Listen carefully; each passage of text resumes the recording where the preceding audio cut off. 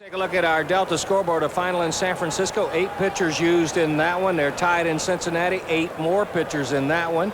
Philadelphia by 2. Make that 7 pitchers. Morandini a homer. Montreal hit behind Butch Henry, leading it 1-0.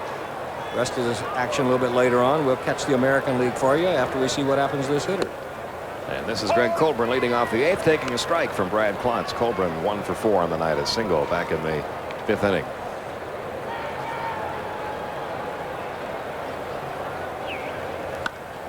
Down the left field line, Chipper Jones, or I should say Ryan Klesko, running into foul territory and runs out of room, and the count quickly goes to 0-2 on Colburn. One American League note before we look at those scores: a big blow to the New York Yankees today. Jimmy Key on the disabled list with rotator cuff problems.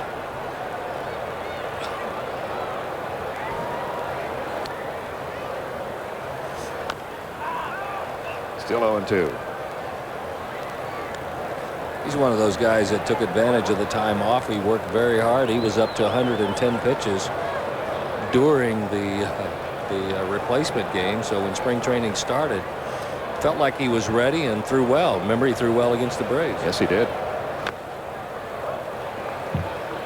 But I'll tell you what, in that American League East division, everybody in that division, including the Detroit Tigers, can hit and can score runs. And it's going to be the team that gets the pitching that wins that division. You lose a guy like Jimmy Key.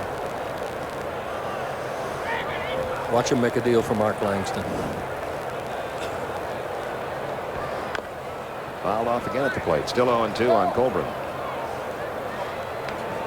Remember, there have been rumors abounding about Langston being shopping. But you know what? You can't do that. I'm just thinking out loud.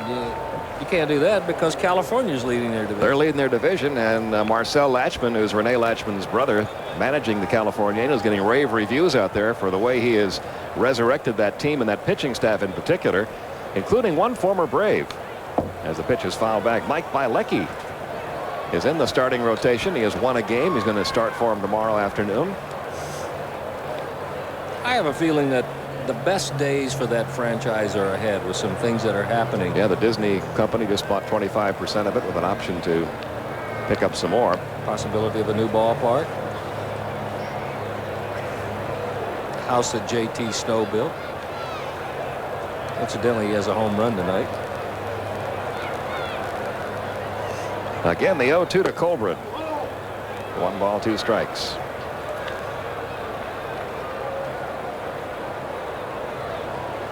Yep, it's been that kind of night and that long a night. It was the 11th walk that did her in.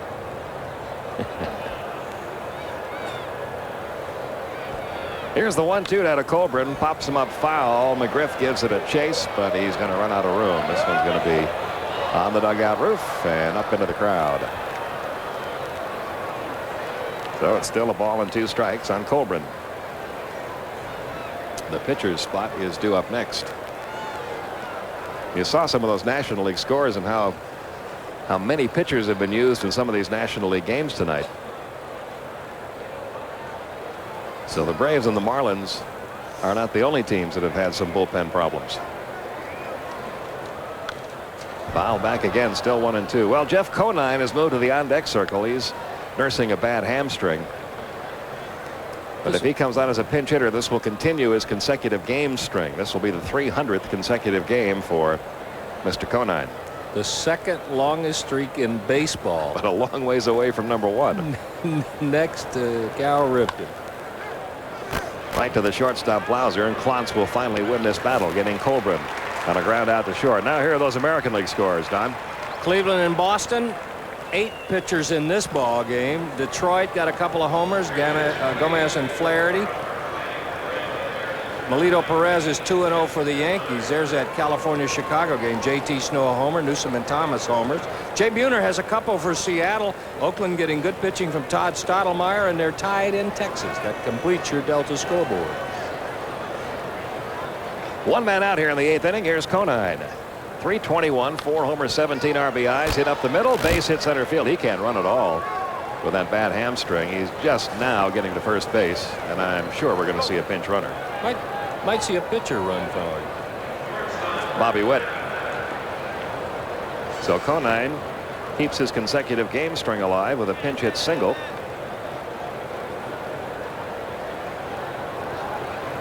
And now Bobby Witt in to run for him.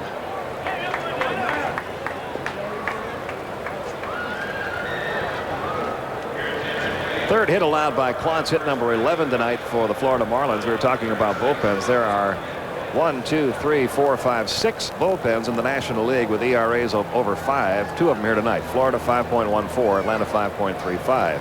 Colorado's also over 5. The New York Mets are over 5. Montreal's bullpen 5.77. San Diego's bullpen 5.80. 2 years from today, we'll be saying there are 6 bullpens with earned run averages over 8. 1 ball, no strikes on Kurt Abbott. It was 0 for 3 with a walk. The best bullpen in the National League right now, ERA-wise, St. Louis Cardinals, 2.58. Well, look at the bright side of that, Pete. There'll be 8 more broadcast jobs. 2-0, the count on Kurt Abbott. 1 man out, a runner at first. Marlins leading it 7-5. There's a strike at the knees, 2-1.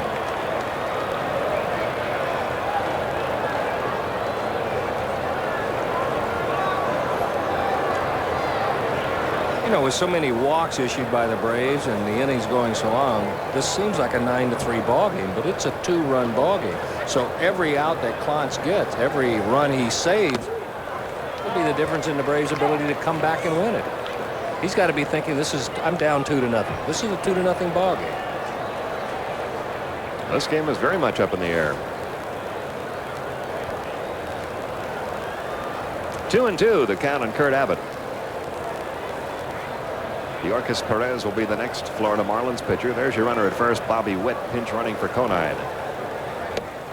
And that's all for Abbott. He chased a breaking ball outside. Clontz records his first strikeout, 2 down. This is a pitch that has gotten him into trouble by getting it up in the strike zone. It's a pitch that gets him out of trouble when he gets in that location. A good crisp break about knee high. That one went down in a way. That's one of the best breaking balls we've seen him throw in a while.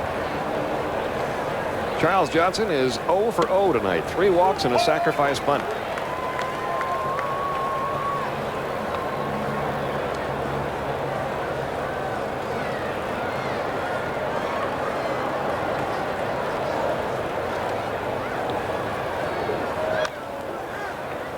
Down the third baseline foul. The count 0-2.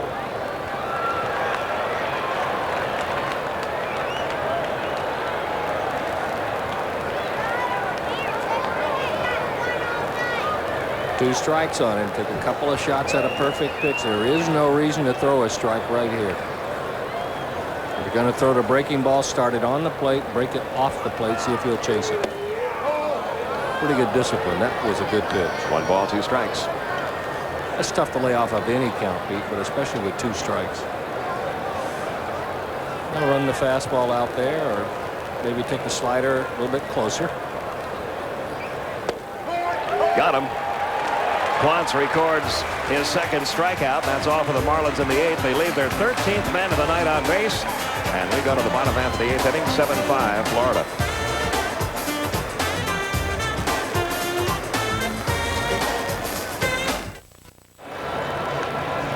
Bottom of the 8th, you see the score here. The NBA playoff action continues Monday night on TNT with Game 1 of the Western Conference Finals between the Rockets and the Spurs. The big night begins at 8 o'clock as we kick it off with the pregame show, followed by the game itself at 8:30. The numbers are getting smaller.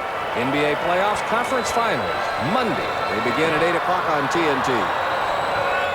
And we go to the bottom half of the 8th inning. Marlins on top 7-5, and they go to their 4th pitcher of the night, left-hander Yorkis Perez, making his 12th appearance of the year. 0-1 ERA, 5.84. Barris did a good job, an inning and 2/3, no runs, 1 hit, 1 strikeout. Fred McGriff leads off the 8th for Atlanta. And takes a strike on one. McGriff tonight has walked, flied out, and singled. Barris may have earned himself some mound time in close ball games with his pitching the last 2 nights. Here's the 0-1. 0-2 the count. Right-hander Rob Nin up now in the Marlins bullpen. And Mike Stanton begins to loosen up for Atlanta.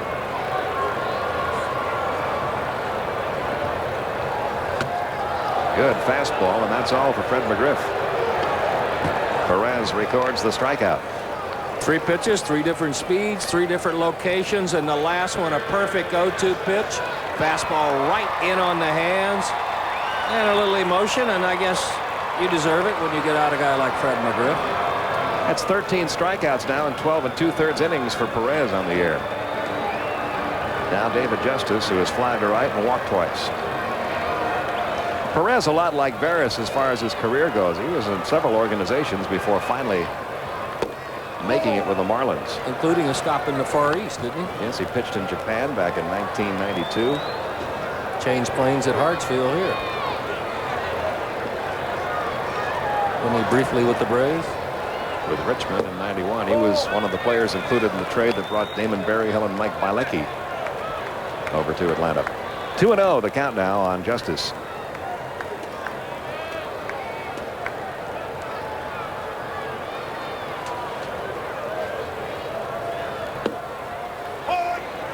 Two and 1 the count. His career goes all the way back to 1983 when he was drafted by the Minnesota Twins.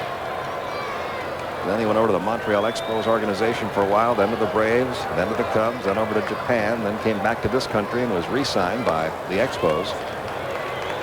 How old is he now, Pete? And then signed by Florida. He is now still only 27 years old. Yeah, he's one of those kids that started when he must have been 16, 17 years old. 3-1 the count now on Justice.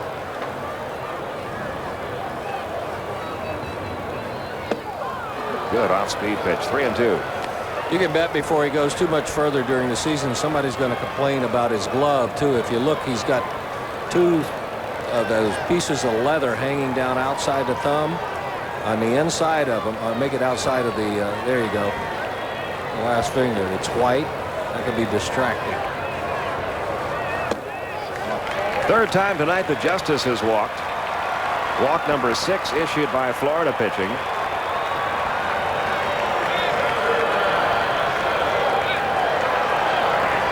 15 walks in the game combined. And there is Ryan Klesko. He walked once. He's also singled and popped to short. It's a game that Fats Domino would have loved.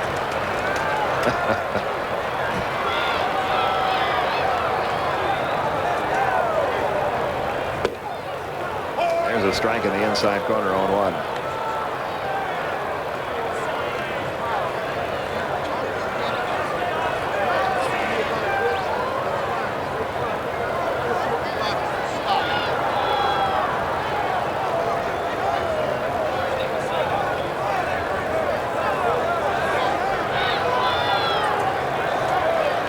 With Lopez on deck, this might be the last hitter Perez will face. 1 ball, 1 strike. Home run would tie it here, but thus far Ryan Klesko hasn't been able to pull the trigger against lefties.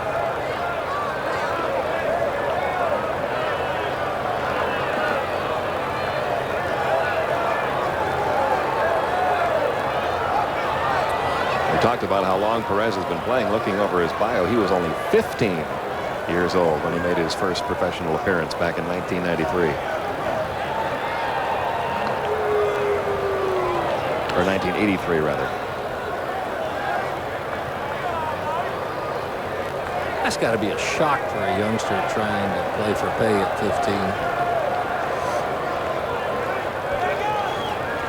How successful was he that first year, Pete? Not very. 0-1 with an ERA of over 20. But he only pitched in 3 ball games. Looks like his first 2 years, he was probably still going to high school and then waiting for the high school year to end and then go in the rookie league, because he only pitched in 4 ball games those first 2 years.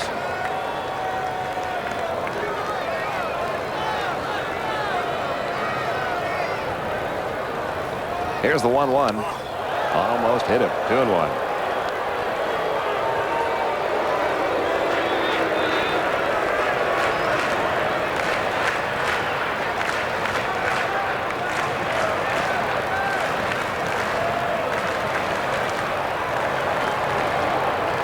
man out. Justice the runner at first. Braves down by 2 in the bottom of the 8th.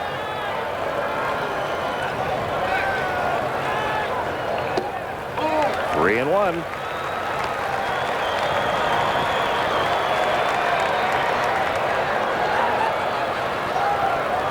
He's got to know he is not going to face the next hitter. So I would think for your own personal satisfaction, it's doubly important to make a couple of good pitches here. Well, he certainly didn't make one there. On the 3-1 pitch, he walks Ryan Klesko. Almost hit him again. And runners are now at first and second with 1 out. That is the 7th walk-off Marlins pitching. It's going to get Rob Nen into the game with runners at first and second and 1 down, and the Braves trailing by 2. Rene Latchman, when I played for him, used to jog and ride a bicycle to stay in shape. He doesn't have to do that anymore. He gets his walking in every night.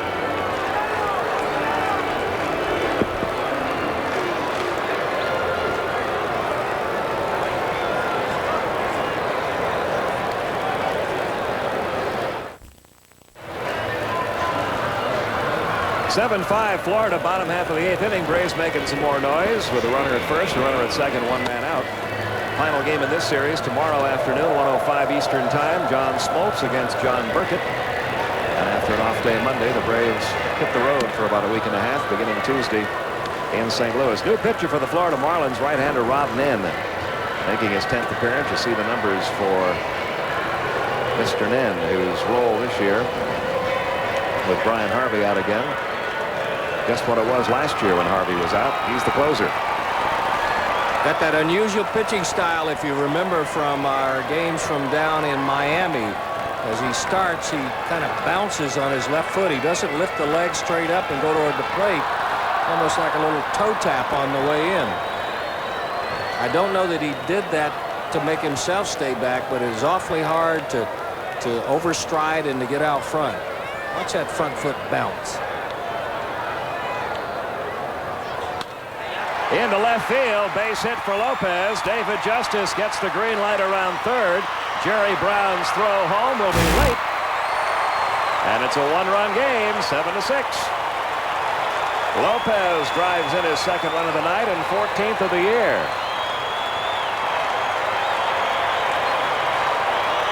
And some good hitting. If you have a reliever with a reputation of throwing strikes, look for something on the first pitch. Might not be his best fastball. He might be just trying to get a strike. And Hobby, as you were pointing out earlier, didn't try to yank that out of the ballpark. He just tried to get good wood on it. Still only 1 man out, and the chant and the chop all of a sudden are circling the field as Mark Lemke steps up. He's 1 for 3. Low ball 1. Then last year perfect in save situations. He was 15 for 15, but this year he's 0 for 1 in save situations. The only save on the Marlins staff belongs to Terry Matthews.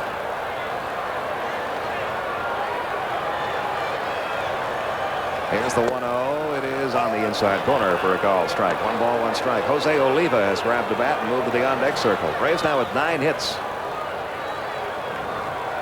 There's Brian Harvey in your picture.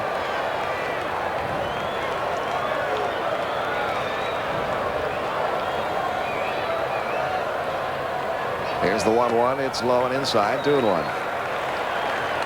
Do you think there are a lot of ball clubs, Don? There was a lot of talk this spring about the Marlins perhaps trading Brian Harvey somewhere. Do you think there are a lot of general managers breathing a sigh of relief right now that there are a lot of they didn't pull the trigger on that deal? There are a lot of them saying, no, we never made him an offer, too. You know, there are a lot of guys. Yeah, it was just conversation. We never got around to talking about people.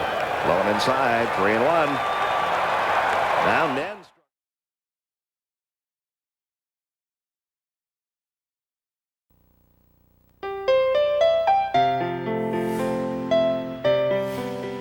It is much more than a piece of glistening metal, this World Championship trophy. It is a holy grail, a shining carrot held just beyond most of baseball's determined grasp, left only for the strongest in the end. If you look closely, you can almost make out the images of the last group of Braves to hold it. Henry Aaron, Eddie Matthews, Lou Burdett with those 3 dramatic victories in the 7-game triumph over the Yankees in 1957. Surely they would rule forever. But the dynasty was short-lived, and 9 years after that celebration, they moved south, changing first names to Atlanta. Their quest, however, would forever be the same. Aaron was the last holdover from that World Championship team of '57 when the Southern version got its first smell of the postseason. New names like Rico Carty and Phil Niekro helped the Braves win the new Western Division, only to lose in 3 straight to the Mets in the playoffs. It would be 13 seasons before they would get another chance, the years lean and futile in between. Their only glory an individual moment in the spring of 1974, when Aaron passed Babe Ruth on his way to immortality. Aaron in his earlier days used to hit more to right center than the left. There's a long drive. Ball's hit deep, deep. It is good. He did it. He did it. Henry Aaron is the all-time home run leader now. But one of Aaron's old teammates, Joe Torre, began a renewal of the dream in 1982. Torre managed the Braves to 13 straight victories to start that season. 1-0 pitch. Swung on, hit center field. On in, here comes Butler. Here comes the throw. Safe, Braves win. Can you believe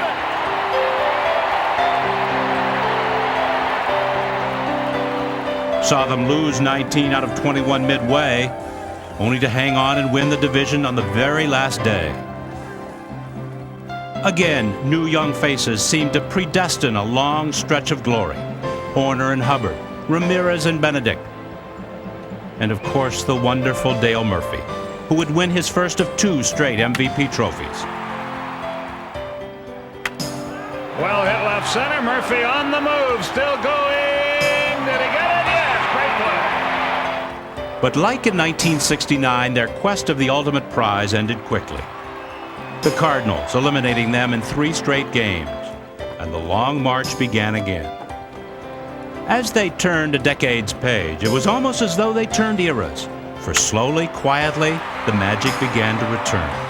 After finishing the 1990 season with the worst record in all of baseball, the Braves took 1991 by storm. The kid pitchers, Glavine, Smoltz, and Avery. The young everyday men, Justice, and Lemke, and Gant, all brought together by the leadership of Terry Pendleton. What a show they put on, night after night. There's a fly ball deep right field. Back goes O'Neill. He's at the wall. Braves lead. Braves lead. Braves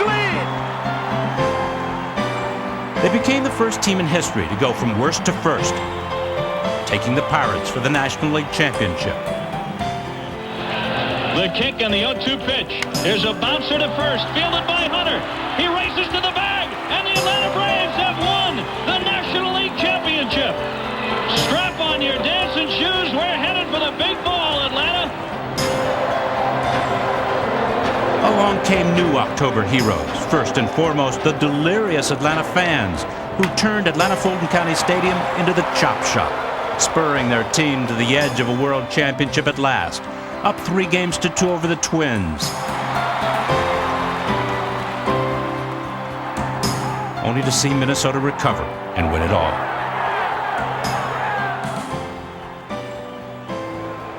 Unlike years past, the foundation seemed firm now. The footing solid. This was a team prepared for greatness. He caught the ball. He caught the ball. A year later, they won the division again, and again faced the Pirates in the championship series. Atlanta fans thought they had seen tension and high drama in seasons past, but this would rewrite their definitions. It seemed like deja vu for a while. The rosters of both clubs so similar to the previous autumn. And like 1991, this one too went to the 7th and deciding game. But with one slight alteration.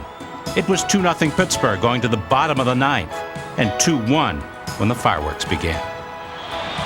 Swung line drive left field. 1 run is in. Here comes Breen. Here's the throw to the plate. He is safe. Braves win. Braves win. Braves win. Braves win. Braves win. The celebration that took place in this clubhouse back on that October night in 1992 was unforgettable. But the year ended in disappointment. So did 1993, when a great pennant race against the Giants culminated in a playoff loss to the Phillies. That brings us to 1994. 94, the year a black cloud hung over baseball. That's right, Skip. As we all remember, in the middle of August of that year, the players went on strike, ending the season and the World Series. And as 1995 approached, the entire season was in doubt. But a court order enabled baseball to resume, and as the Braves reassembled in West Palm Beach in early April, they had one goal and one goal only on their minds: to win the World Series, because they knew that this year they had the talent to win it all.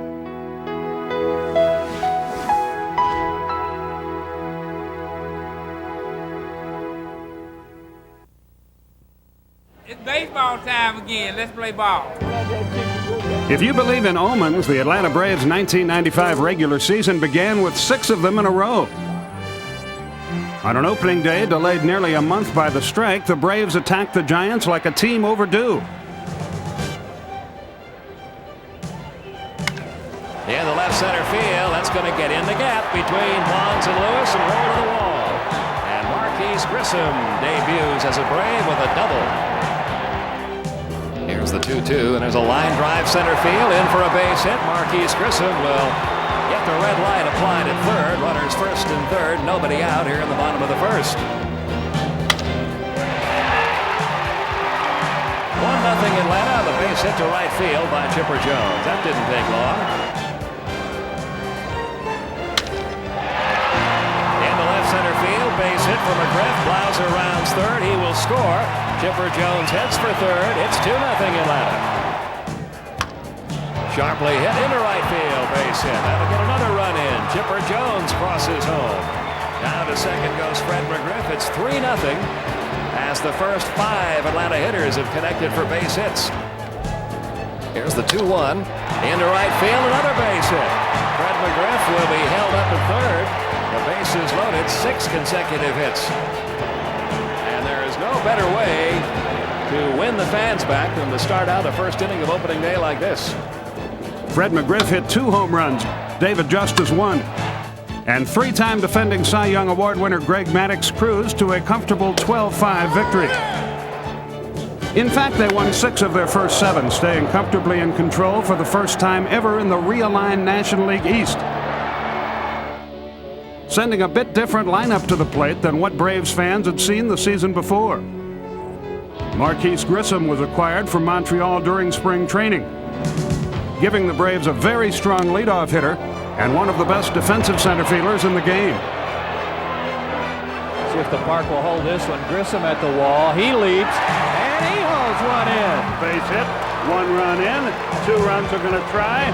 Grissom's throw is in time. Deep right center field, Yorkis Perez on the run for this one, and comes up with another one. Whoa. Ryan Klesko was up from the minors full time.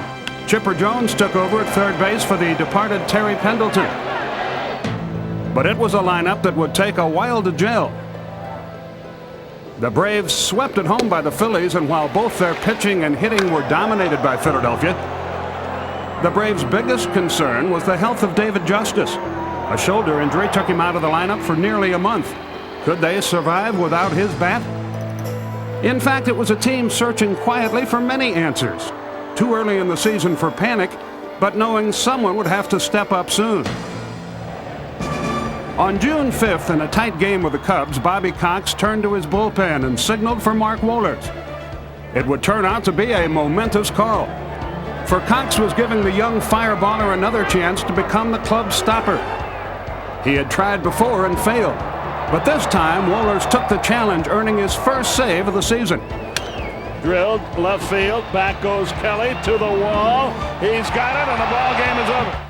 2 days later, he became the first Brave in 6 years to strike out 4 men in 1 inning to earn his second save. Runner goes, the 1-2 pitch.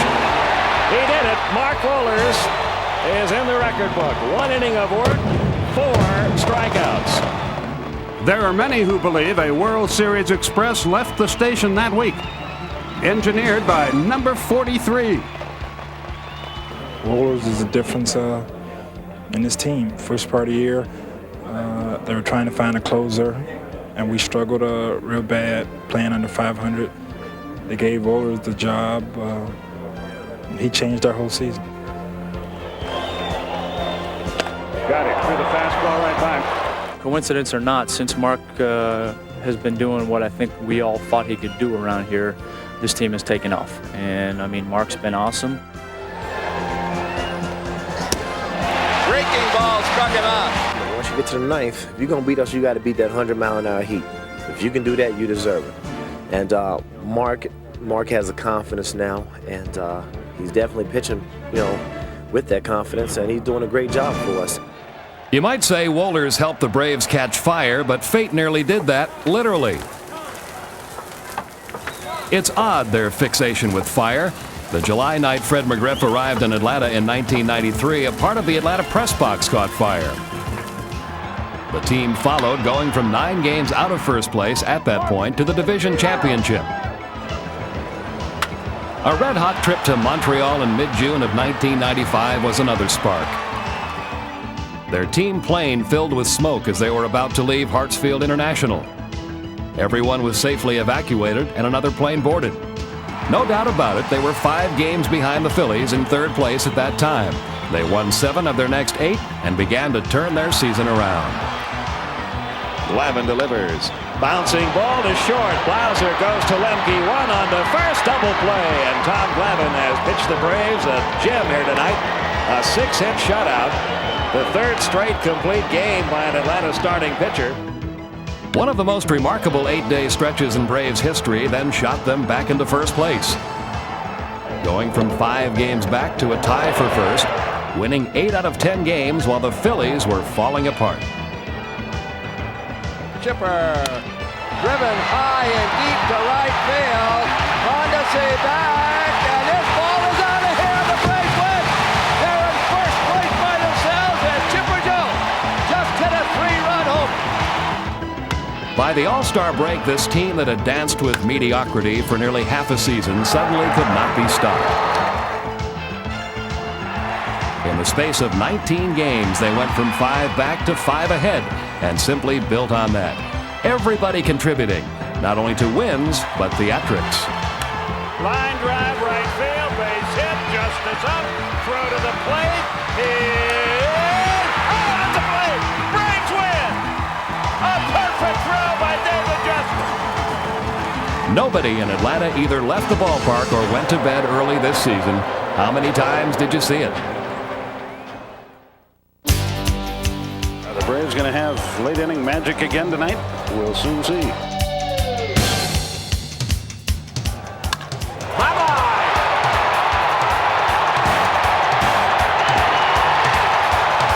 You roll the dice, sometimes you win, sometimes you lose. A 3-run homer for David Justice. There's a drive, deep right field, and the Braves win. A grand slam for Dwight Smith.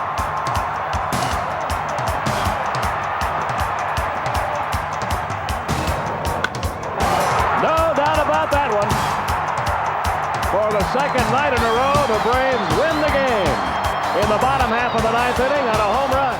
When I got between first and second, I got a picture of my mother crying in the stands. Sure enough, I got home and Dad said, man, she was bawling her eyes out. So it was one that I'll enjoy for a long time.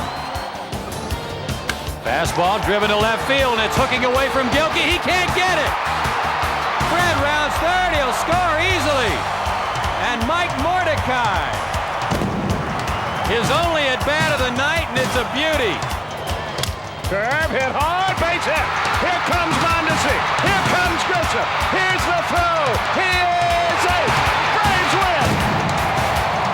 A great throw, but the speed of Grissom beat the ref. He hung a curveball. And McGriff came through, and the Braves win yet another thriller. Line drive, Braves win. Javi Lopez comes through again.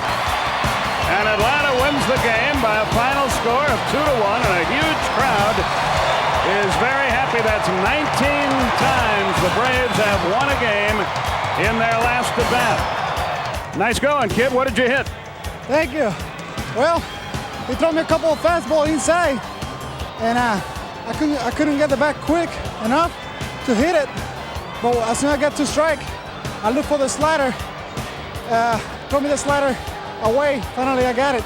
I don't even know that was a strike, was it? Didn't you go get one out of the strike zone? Well, something away from me, because that way I can reach, I can extend my arm and hit it with the top of the bat, and that's what I did. Here comes the 2-0 pitch to Mordecai. Line drive, right field. It's in for a base hit. Dwight Smith around third. The Braves have done it again. Mike Mordecai delivering the game-winning blow in the bottom of the ninth. 20 times this year, the Braves have won a game in their final at-bat. And there's a drive to center field. Back goes Carr to the wall. It is gone. Home run. And on that 3-2 pitch that was up in his eyes, David Justice leveled off and blasted it. Boy, did he get up on top of that high fastball. That was pretty. I really don't know why I offered at that pitch, because it was up. It would have been a ball, but I just reacted. Something told me to go after it, and my approach to it was perfect. I like to have that approach every at-bat. Tell you what, you guys are amazing. Can we ever win a game in the second inning or the fourth inning or something? It always seems like it's the last inning.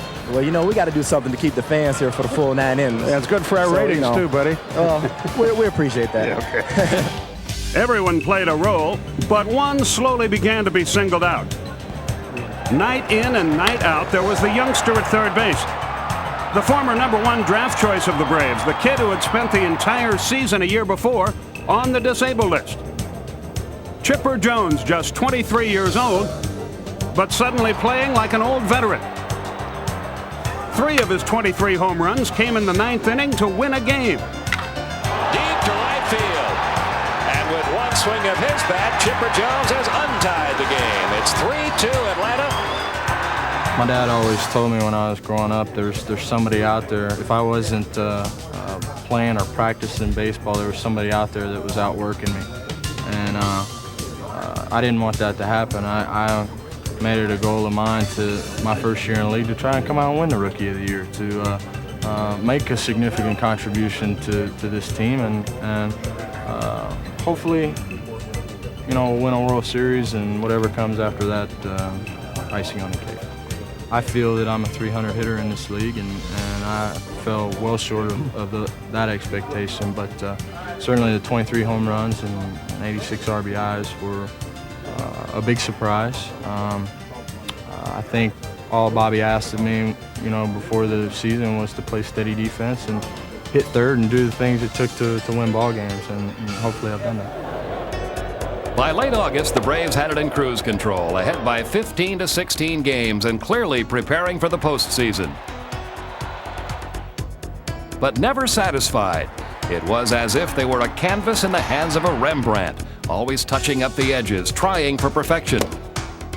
It was nothing new. John Schuerholz has been touching up the Braves since they hired him as their vice president and general manager in 1990. That deal's done. Pendleton, Belliard, Bream, Nixon, McGriff, Sanders, Pena. The list of Schuerholz imports seems endless.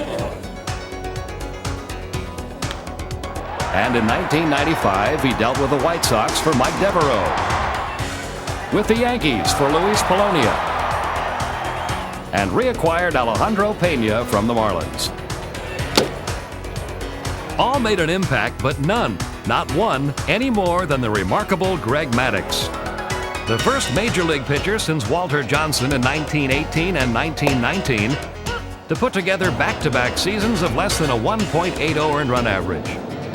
The first National League right-hander to lead the league in complete games for 3 consecutive years since Grover Cleveland Alexander. Simply, well...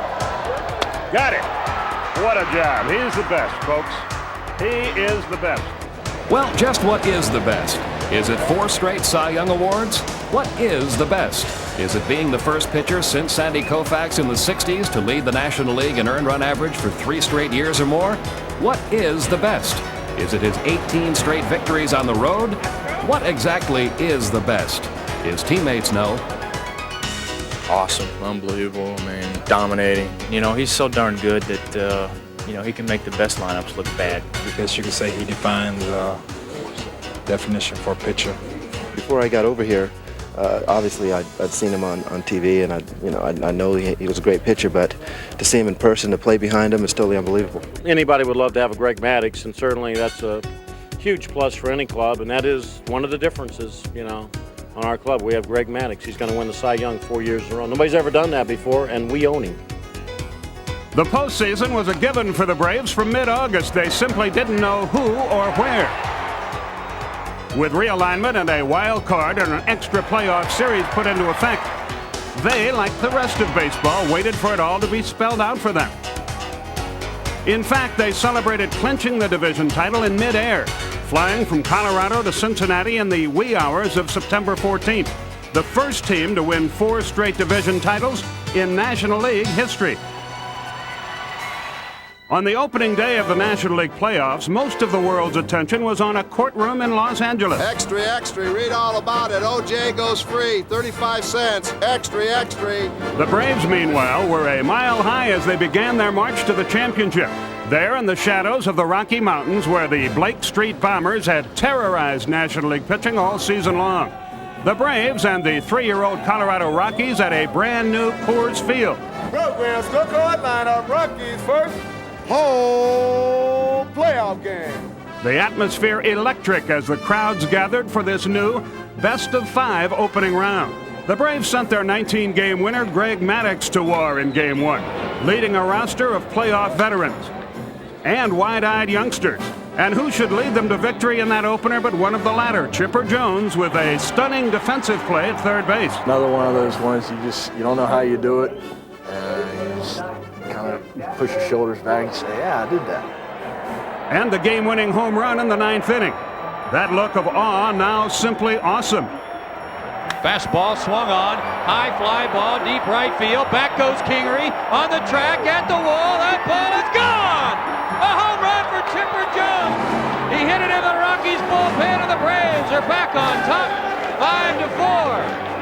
I hit the ball out of the park to give us that 1-run lead and probably the biggest game of the year. So I was just basically floating on air, going around the base. I looked back in the dugout and everybody's just really excited and happy, and it just thrills me that I could provide for them. A chilly rain kept both teams inside leading up to Game 2, but when the skies cleared, it was Tom Glavine's turn to make the Colorado fans nervous. And once again, one of the youngsters led the Braves to victory. Mike Mordecai, who had won 2 games during the regular season in their last at-bat, did it again. I'm not a household name, and it wouldn't bother me if I never was. But I would love to be a world champion, and I'm going to do what it takes to help our team win a World Series. And I don't think if the coaching staff and John Schuerholz and the organization didn't believe in me, I wouldn't be here. So that's what it's all about. Mordecai beat Darren Holmes right here a couple months ago on a 2-0 pitch down the right field line, so we know who Mordecai is. And now it was on to Atlanta, the Braves' home. Their fans confident despite facing a murderer's row led by the man they call the Big Cat, Andres Galarraga. It was his heroics in Game 3 that cut Atlanta's lead in half and gave the Rockies newfound bravado. I always feel that until it's over, it's not over. And the fat lady may be warming up to sing, but she's not out there yet. But in Game 4, the fat lady was up almost before the national anthem was over and singing the praises of Fred McGriff. He gave starter Greg Maddux all the support he would need with 2 home runs and 6 RBIs, and for the first time in 2 autumns, the Braves could truly celebrate. This time, their feet were planted on a locker room floor, filling quickly with water, champagne, and shaving cream. This is just a first step in the long road to the World Series, but it's a positive one and something for us to build on going into the Reds series. We know that's going to be a great series. Well, the Reds they're a very good team. They have very good speed. They have power. They play excellent defense. They have good pitching, but so do we. We do too. So I think it's great. I think the 2 best teams are going to be facing one another, and I think that's great for the game. I think that's the way it should be. 2 days later, with the champagne and shaving cream properly rinsed away, it was back to business.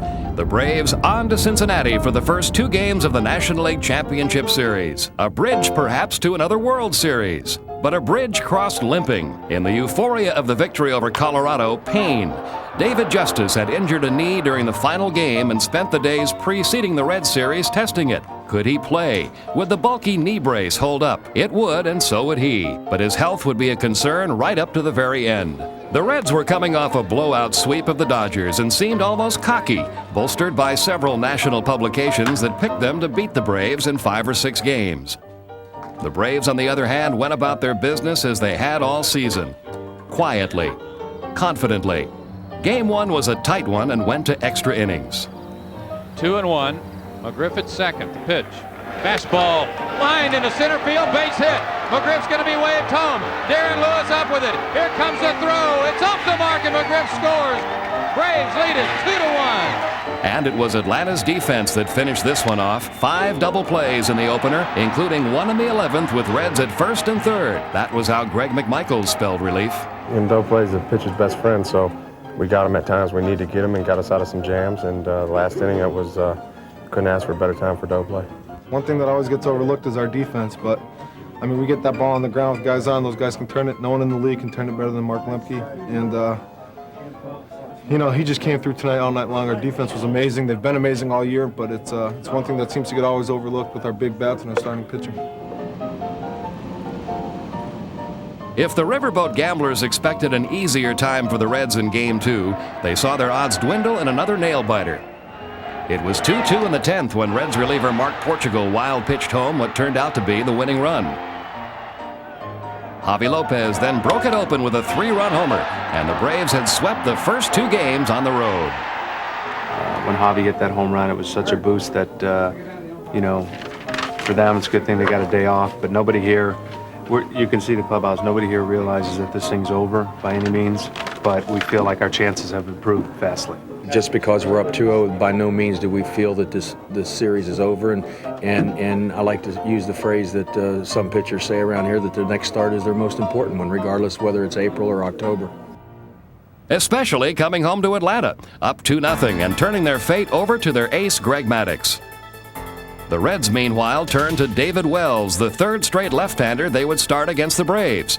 They had retooled themselves by acquiring Wells to give them a predominantly left-handed rotation, specifically to face these Braves. That backfired again in the 6th when a right-handed batter, Charlie O'Brien, belted a 3-run homer to put the Braves on their way to another victory. It was enough to reduce the Reds to near tears. Yeah, I mean, it was, you know, what are you going to do? You try to sneak by, but we're not doing it. Our backs are at the wall, not against the wall. It's definitely at the wall. Hopefully we'll come out tomorrow and be able to score some runs early, which we haven't been able to do. Stay on top the whole game. The Braves were in the driver's seat now, and the man at the wheel was Steve Avery. So troubled during much of 1995, winning just 7 of his 20 decisions, but so strong in the last 3 starts to earn a role in the postseason. All was not perfect. David Justice once again was hobbled, this time by a batting practice shot from teammate Javi Lopez. The knees swollen and uncomfortable, but destiny seemed at work. Mike Devereaux started in right in Justice's place in Game 4. Avery was brilliant, justifying his call and setting the stage for Devereaux's heroics. The wind and the pitch, and there's a drive. He looks up. That ball is gone. A 3-run homer for Devereaux. It's 5-0 Atlanta. This, unlike so many of the others, was a blowout, for once allowing the clubhouse plenty of time to be properly prepared for a party. Here we go. Reggie waits. The 0-2 pitch. Here it is. The Braves are National League champions. He struck him out. Listen to this crowd.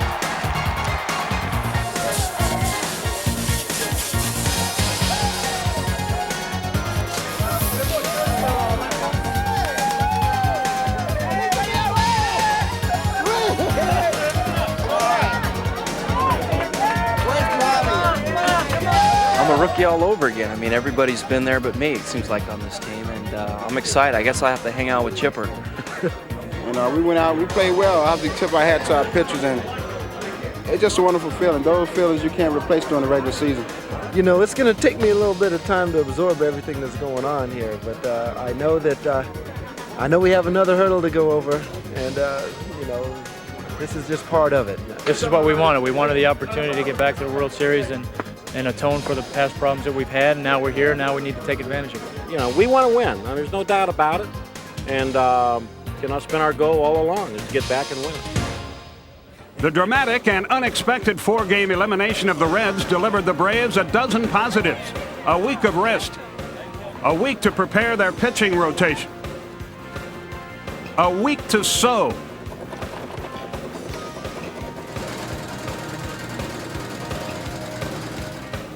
And paint.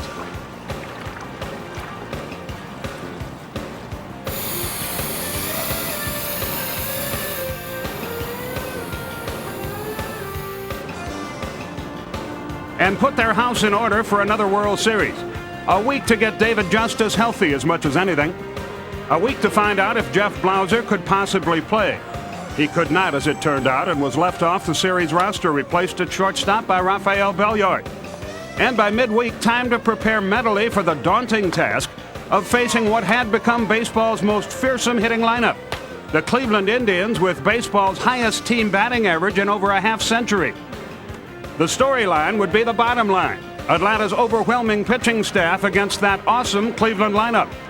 But one small sidebar, and a key perhaps to the first 2 games, was that the Indians put their numbers together all season with a designated hitter. In the opening games in Atlanta, their pitchers had to swing a bat of their own. After a week's wait, the day finally arrived for Atlanta fans. For the 3rd time in 5 years, they were going to the World Series, and there couldn't be sweeter music to any baseball fan's ears.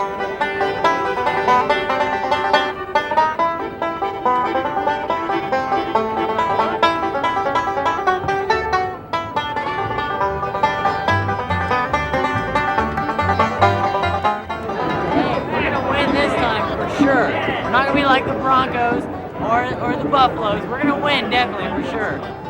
Game 1 in a dressed-up Atlanta Fulton County Stadium. And if there were signs of nerves, nobody saw them. Fred McGriff, in fact, facing his very first pitch ever in a World Series, promptly blasted it for a home run to tie the game. But perhaps nerves did play a part. Bases loaded with Braves in the 7th. Game still tied at 1. It was funny, but I was feeling nervous. For the first time in my whole career, you know, I never had that feeling. And maybe because it was such a key situation that I just couldn't believe it. I got to get off the bat one time and just try to, you know, put my legs really tight because it was shaking a little bit. I go like, what is wrong with you? I mean, you got how many thousands of bet you have already, and you already worrying about one at bat. You know, just go out there, try to make contact, and let things happen. Polonia hits into the perfect double play, but the Gold Glove shortstop Omar Vizcael bobbles it on the way to second. But the call is out. Bobby Cox argues long and loud, but to no avail. It was on his way back to the dugout, Cox said later, that he decided to call for the next play. Watch out for the squeeze play here. Pitch on the way to Belliard. Squeeze is on. Here comes Justice. He scores. It's 3-1 Atlanta. Good call down. And that was all Greg Maddux would need as he dazzled the Indians with a 2-hitter, and the Braves take the opener 3-2. I mean, it's great to win the first game, but we got to win 3 more. I mean, it's just a very small step to where we actually want to be, and you know, we may have won the battle, but we're not even close to winning the war, and I think we all understand that. It's a very good team, and just need to come out and play well tomorrow. That's what's amazing, going out there and throwing this kind of game and getting us off on the right foot, which is so very, very important. The Atlanta fans rang the turnstiles and the cash registers again for Game 2. 2 veterans facing each other, Tom Glavine against the 40-year-old Dennis Martinez.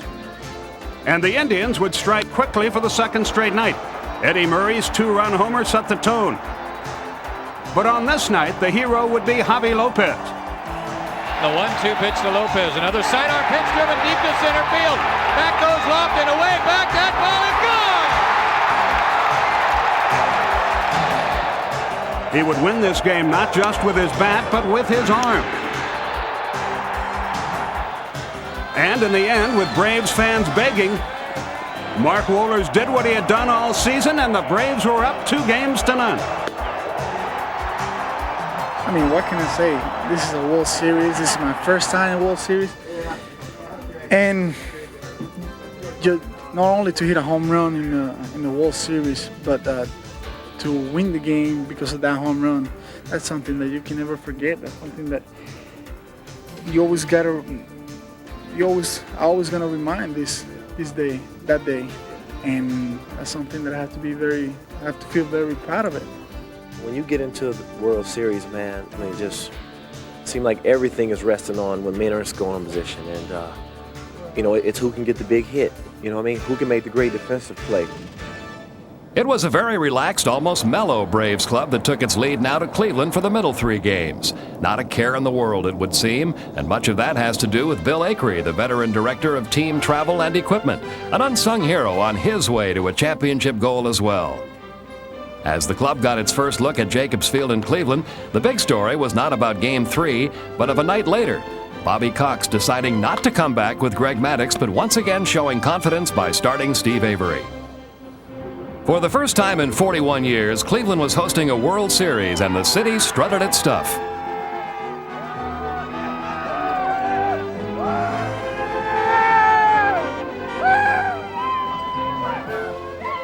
It was bitterly cold and windy for Game 3 with wind chills in the upper 20s. The Indians took a big early lead. The Braves overtook them in the 8th, only to lose the game in the 11th on Eddie Murray's heroics. Swung on and hit into center field. Here comes Espinosa. Grissom's throw is high. Cleveland Indians win it 7-6. There will be a Game 5.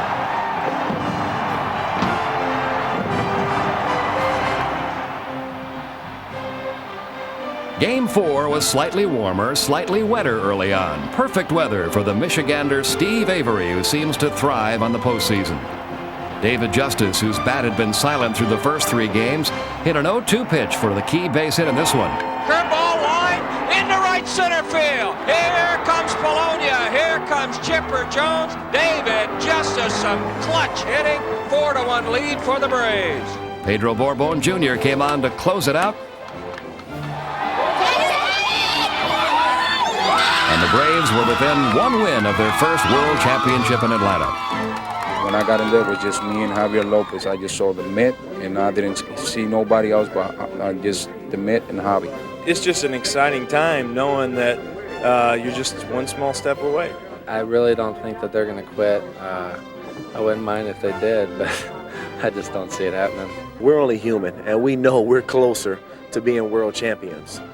We just haven't put the final touches on it yet, but we can taste it. It's just up to us to go out there and do the job. Slowly, subtly, they were changing from their business suits into party garb. As they left their Cleveland hotel for the last time, they silently wondered, would this be the night?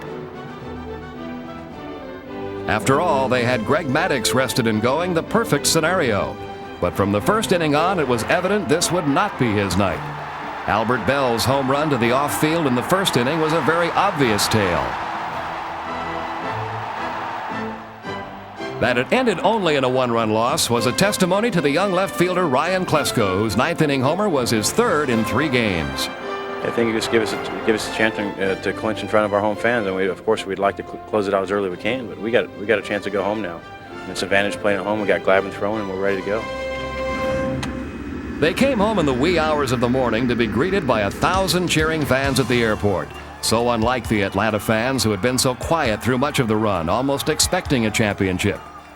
There's more people here than there was in 91, so it's darn nice.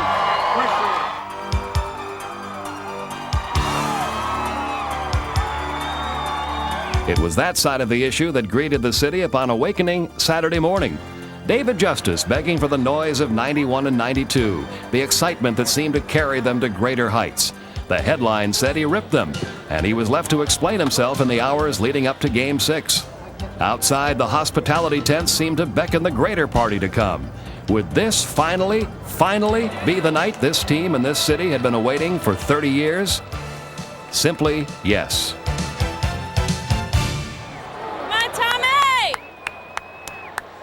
Tom Glavine was near perfect, shutting down the vaunted Indian attack with just 1 hit. And who should lift this enormous crowd out of its collective seat as one? The 1-1 pitch. Fastball swung on and belted. Deep right field. Back goes Ramirez. That ball is gone. Home run. This crowd on its feet for David Justice right now.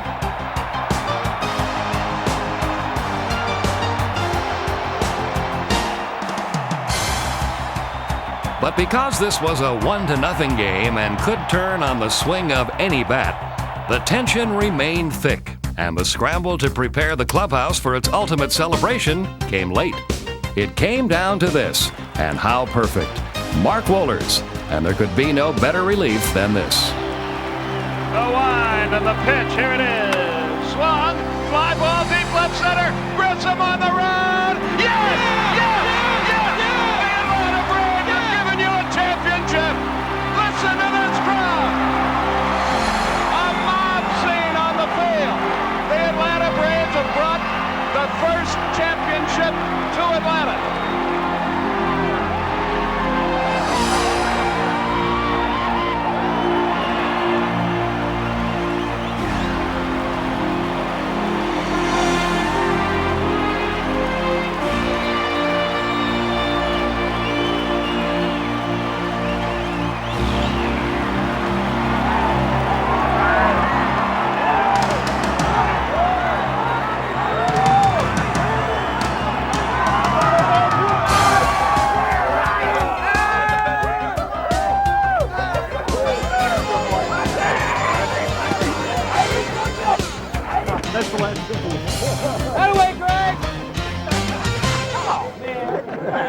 Group of people who publicly told the world what their mission was on the first day of spring training, never wavered. We're never going to be shortchanged. We're never going to take second place. They had to win this, and they told the world that without fearing any kind of pressure, and it resulted in this. They accomplished their mission. We've won more games than anybody in baseball the last 5 years, and this is a proud crown to a glorious 5-year period for us, and these guys in here all deserve it, especially our manager, Bobby Cox, who has been the finest manager in baseball for the last 5 years and gotten very little recognition. He deserves it more than anybody. Well, it's a long time coming, but I've been very, very proud of the organization and this club.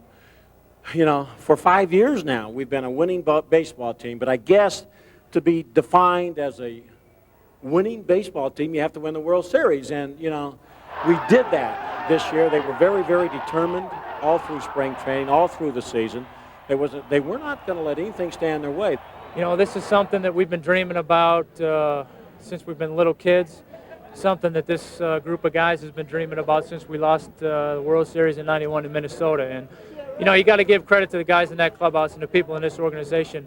We didn't let that get us down. We didn't let the '92 repeat loss of a World Series get us down.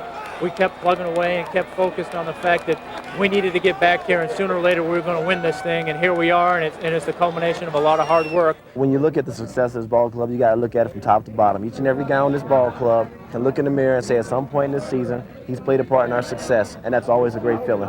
You've been in 7 years like myself, and they're trying to put you out of it, and you get a ring out of it, something you can rock on your chair for years and years, and that ring will always look good. And I got one of the best owners to try to get me a beautiful ring. We have a great feeling. I think everybody play hard, you know, and we do it for the fame. We did it for the fame, man. They great fame. We love it. 24 guys pick up the other guy that isn't doing a job, and then hopefully he'll come back around and pick somebody else up. And fortunately for me, I was throwing my best at the ball of the year at the end of the year when it really counted. You know, I had my postseasons in the past, and we didn't win a World Series. And I wasn't at my best this year, but it don't mean a hill of beans because we won a World Series. So they can say all they want now about who's a postseason player and who isn't. We got a World Championship under our belt. This is a dream year. I mean, I can never forget that year. At least I can say that I've been in the first world champion Atlanta Braves. This is the first championship they got, and I feel glad that I'm being part of it. A lot of veterans go through a whole career without getting this. Does this feel unfair that a guy in his first year gets one like you? I don't care if it's unfair or not. I'm not giving it back. I mean, you know, we're going to have a great time trying to defend this thing next year because the only thing that will be sweeter than this will be doing it again next October. Hopefully first of a number of world championships that we'll win. I like it, and I think the players do too. Everybody likes it. From the grounds crew to the general manager did a fabulous job, and it takes lots and lots of people to make a successful organization in anything. And, I'm looking forward to the parade on Monday. I need to, sleep on it tonight and read the papers in the morning and make sure it's like a dream, kind of, like waking up in the middle of a dream.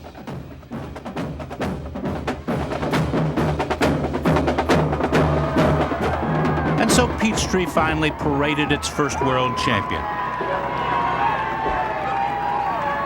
The team of the 90s finally, halfway through the decade, measured up. The chalice was theirs at last. On behalf of all the people of Atlanta who love what you've done, your grit, your tenacity, and your style, we give this proclamation and we proclaim today Braves World Champions Day in the city of Atlanta. There you go. Atlanta is a dynamic city. Atlanta is a proud city. Now, Atlanta is a world championship city. Enjoy. The Atlanta Braves are the world champions. Yeah.